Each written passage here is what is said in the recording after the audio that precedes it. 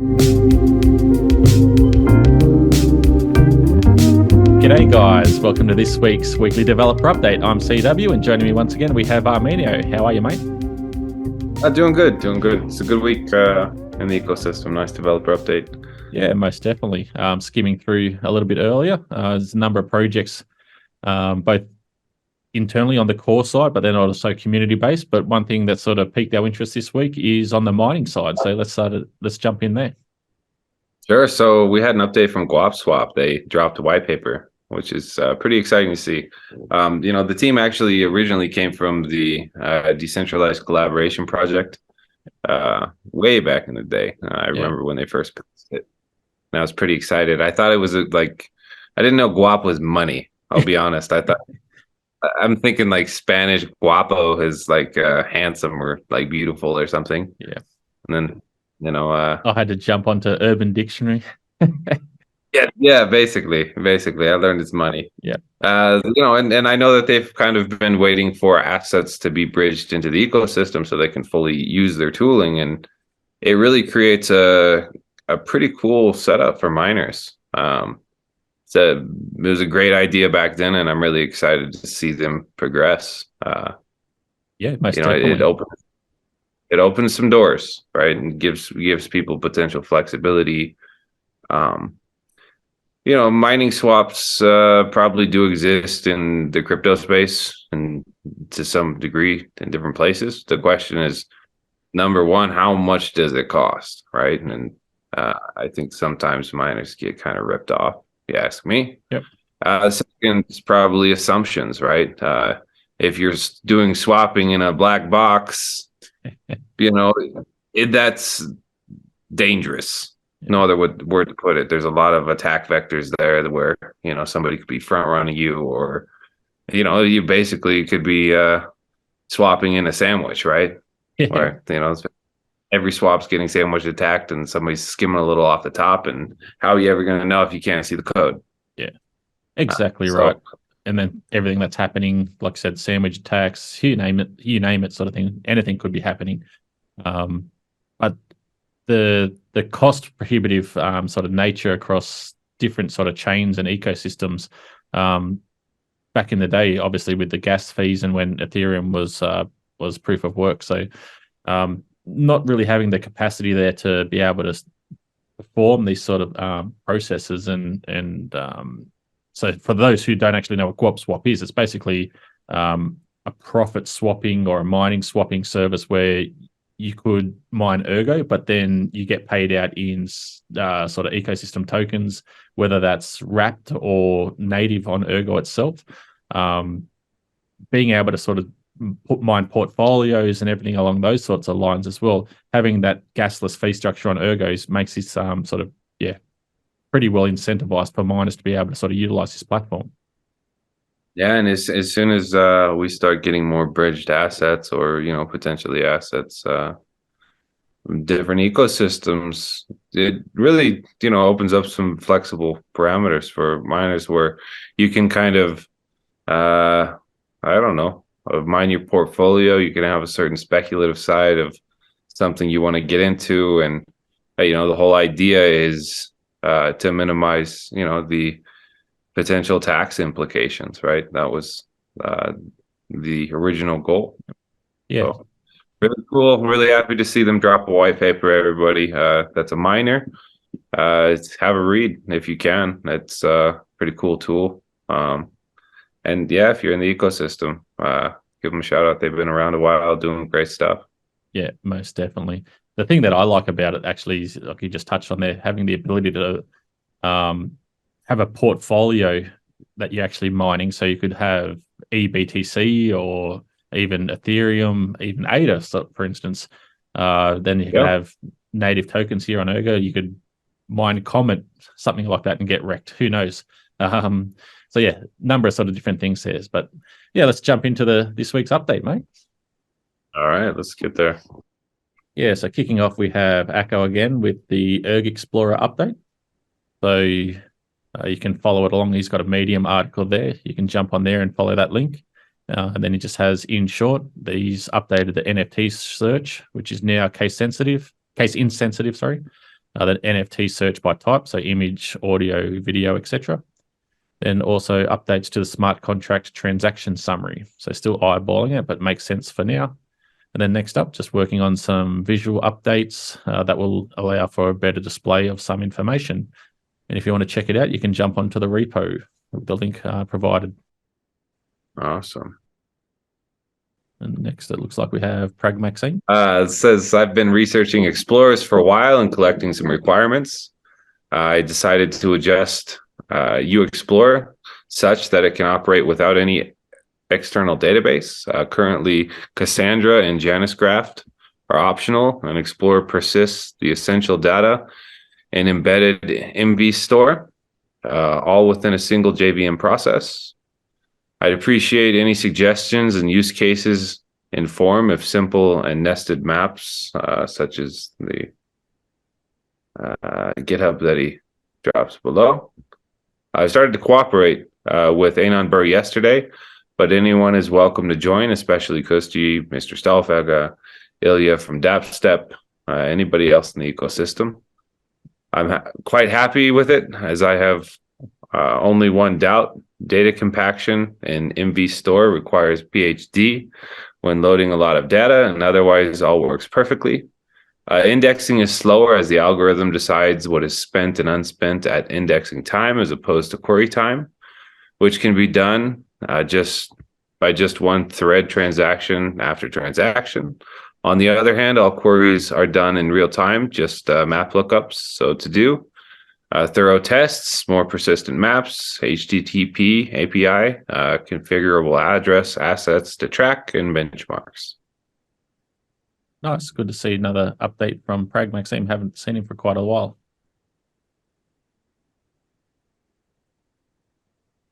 Scrolling down, have a quick little update here from Kushti. Just making mention that he's released protocol reference client 5.0.12, and that incorporates the UTXO set snapshots. So yeah, it's good to see that being finally released after so much work. All right, next we have MHS with Rosen. With the public launch, they've started to arrange for new quality assurance tests targeting their stable public launch. There are some new features and a bunch of refactored modules which need to be tested precisely before launch. With Rosen Bridge, the Watcher application, after a bit of development, we decided to make our UI project a mono repo containing both our UI kit and the apps for Watcher and Guard. So the Watcher front and Guard front projects are no longer maintained in favor of the apps in the UI mono repo. The development of Watcher app is still in its early stage. We configured the app using Next.js and implemented a basic app routing for it. We also are developing the required components and UI kit package in parallel. The mono repo will be publicly available soon, and then they drop their GitHub. With the Rosen Bridge Guard app, like Watcher app, we reconfigured the app into Next.js. We're also developing the required components and UI package in parallel. The mono repo will publicly be available at the following GitHub link. Rosen Bridge health check. So they added a new health parameter for checking the P2P network status. The parameter checks if guards and relays are connected to each other as expected. That's an important piece of infrastructure to have public facing. Looks like with the bridge scanner, they added timestamp to the scanner package, add support for the current scanners. The Ergo node, the Cardano, I have no idea how to...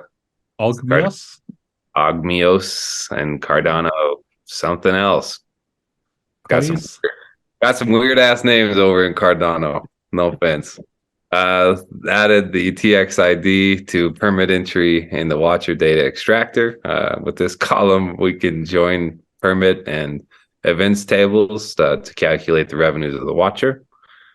With the Rosen Bridge Watcher, they updated all the scanner package versions on it. Some refactoring for compatibility. Added revenues API with the help of updated code scanner. This is API in the code is in review now. And with the Rosen Bridge guard service, the transaction agreement module is refactored and under test and review. Refactoring and transaction processor module has also started. So they're all, at this point, looks like they're pretty heavy into quality assurance, which is good. You know, you gotta stress test, go through everything, break it as much as you can. It's a big project. So I know there's a lot of people that have been saying win Rosen, but yeah, that quality assurance stuff never worth skipping. Yeah, exactly. And probably fair to say we've seen what happens in the ecosystem or in the industry time and time again with sort of bridge hacks and things like that. So taking the time to be able to get all this sort of stuff tested as much as possible. It's actually sort of live on mainnet, so you can jump on there and give it a test run with some test tokens and things as well. So be able to sort of provide some testing assistance there as well. Okay, next up we have Luivatra and the Paideia beta. So they finished up the core staking functionality integration into the Web2 backend. It's also created an endpoint for retrieving DAO treasury address and balance. Finalizing the core governance functionality integration. So you can create a proposal, list proposals, and voting. And the remaining backend work should be done within the coming week. And can't say when the front end will be done. It's up to Noob 77777 to judge. All right. Looks like next we have dEathgripson with analog Ergo. Those of you that don't know, that's working on an atomic swap framework, trustless swaps on Ergo, which is really cool to see. Looks like he's completed the custom gas fee option on EVM responder side for contract deployment and Ergo initiator side for swapping or swap claiming. The completed refund lock time checking on the Ergo side and custom lock time option. He's completed refund option on Ergo's initiator side, still working on EVM refund scripts. Completed nano Erg functionality. The initiator can specify the amounts in nano Erg by default now. So it's great to see. Nice. Something unique as well in our little ecosystem, sort of working on that. So yeah, be nice to see all that come to fruition. Okay, next up we have Kushti. And then on the Ergo and protocol and reference client side, sort of made mention earlier, 5.0.12 with UTXO set bootstrapping support has been released. The PRs for 5.0.13 set just need to fix issue or the pool PR 1670 for 5.0.13 and has updated the 5.0.14 candidate, which will be about bootstrapping with NIPoPoWs and sending out to neighbor peers information on parts of the blockchain that are available. So if you want to check that out, there's a link provided. And then on to Dexy, has reissued tokens and deployed new iteration of the contracts. First extraction transaction has been completed by Code for Us. As also updating the white paper, some updates in the repo are up there already, and updating the off-chain logic for swaps. All right. Next we have Captain Nemo with Fleet SDK.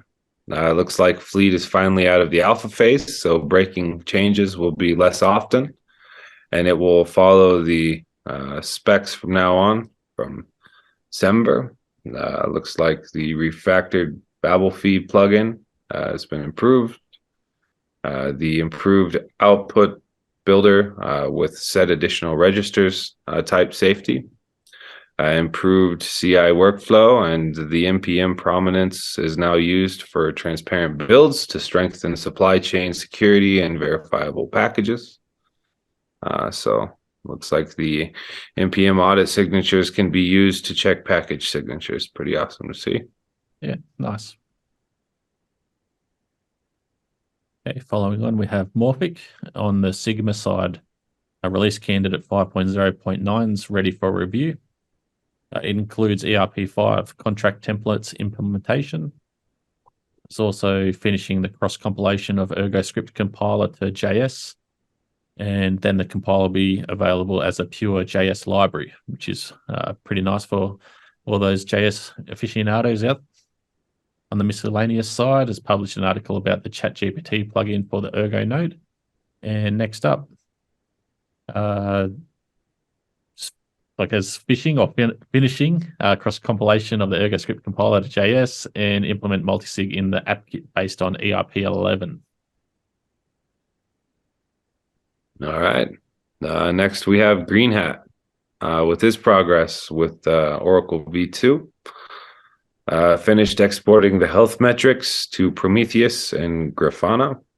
Released the Oracle Core version 2.0.0-beta 10. Drafted the slides for the Oracle V2 presentation. Work in progress, add total Oracle tokens count to the metrics. Next, finish with the Prometheus metrics, make another release and test the pool box top up from buyback box. And here's how the dashboard looks so far. Nice. Jump on there and check it out. Okay, next, Noah's forwarded the duckpools update from Kras. So they're excited to share this week that they've completed testing tasks set out in the security audit. So they'll be spending the next few days setting up the service and fixing a few minor issues with the UI. They also started testing the proxy contracts, in particular to analyze how they behave for unexpected inputs. And they'll continue to analyze these contracts throughout the private testing phase. And stay tuned for more information. All right, next we have LGD, and he's been a Swiss Army knife all across the ecosystem. He's been busy. Awesome to see. So with GuapSwap, working on refactoring our library used for GuapSwap V2. I developed a simple library to help organize and structure my off-chain code called Sigma Builders. I dropped a link if anybody's interested. With Lilium, we delayed the mainnet launch until 1 or 2 weeks to finish implementing last-minute additions. Mostly front-end work that needs to be completed. With Blitz TCG, refactoring off-chain code to finish the setup portion of the card burning game token emission protocol. We'll begin transaction bot once the later is complete. With zenGate, looks like last week they reviewed the protocol with Sam. Researched existing traceability solutions, updated protocol to account for findings from the research, mainly accounting for the EPCIS standard. This week has revised new protocol with Sam and Shashir, estimated the cost for a new protocol, and read more into the EPCIS standard. Learning a lot about supply chain, which is awesome. From MGPi, last week he reviewed Luca's traceability protocol, Winter. Got Firebase started. This week, continue protocol revision, front-end Versal deployment, set up database schema on Firebase, and with Exle, all backend work has been completed. We needed custom transaction JSON from backend to conform with the EIP12 to work with Nautilus. Only front-end work remains to integrate updated backend with Nautilus. So that's great to see. Big update. Fantastic. Just went across like 6 projects real quick.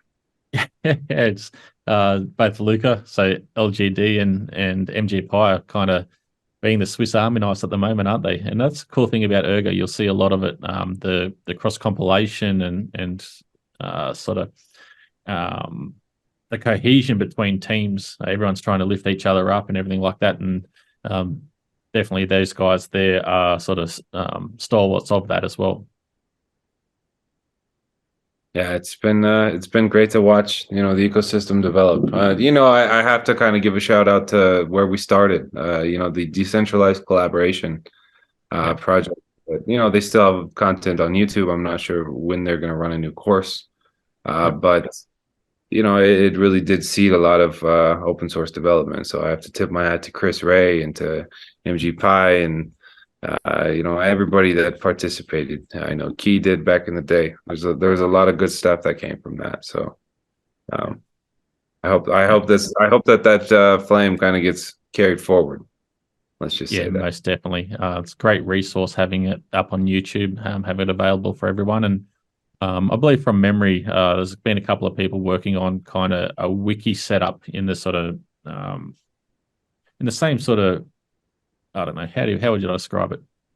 Same breadth of what Deco is at the moment, and sort of having it all there in written resources available for developers with examples and things like that. So yeah, a really amazing resource for people new to the ecosystem to be able to jump in and read through. So yeah, really look forward to that one being finalized.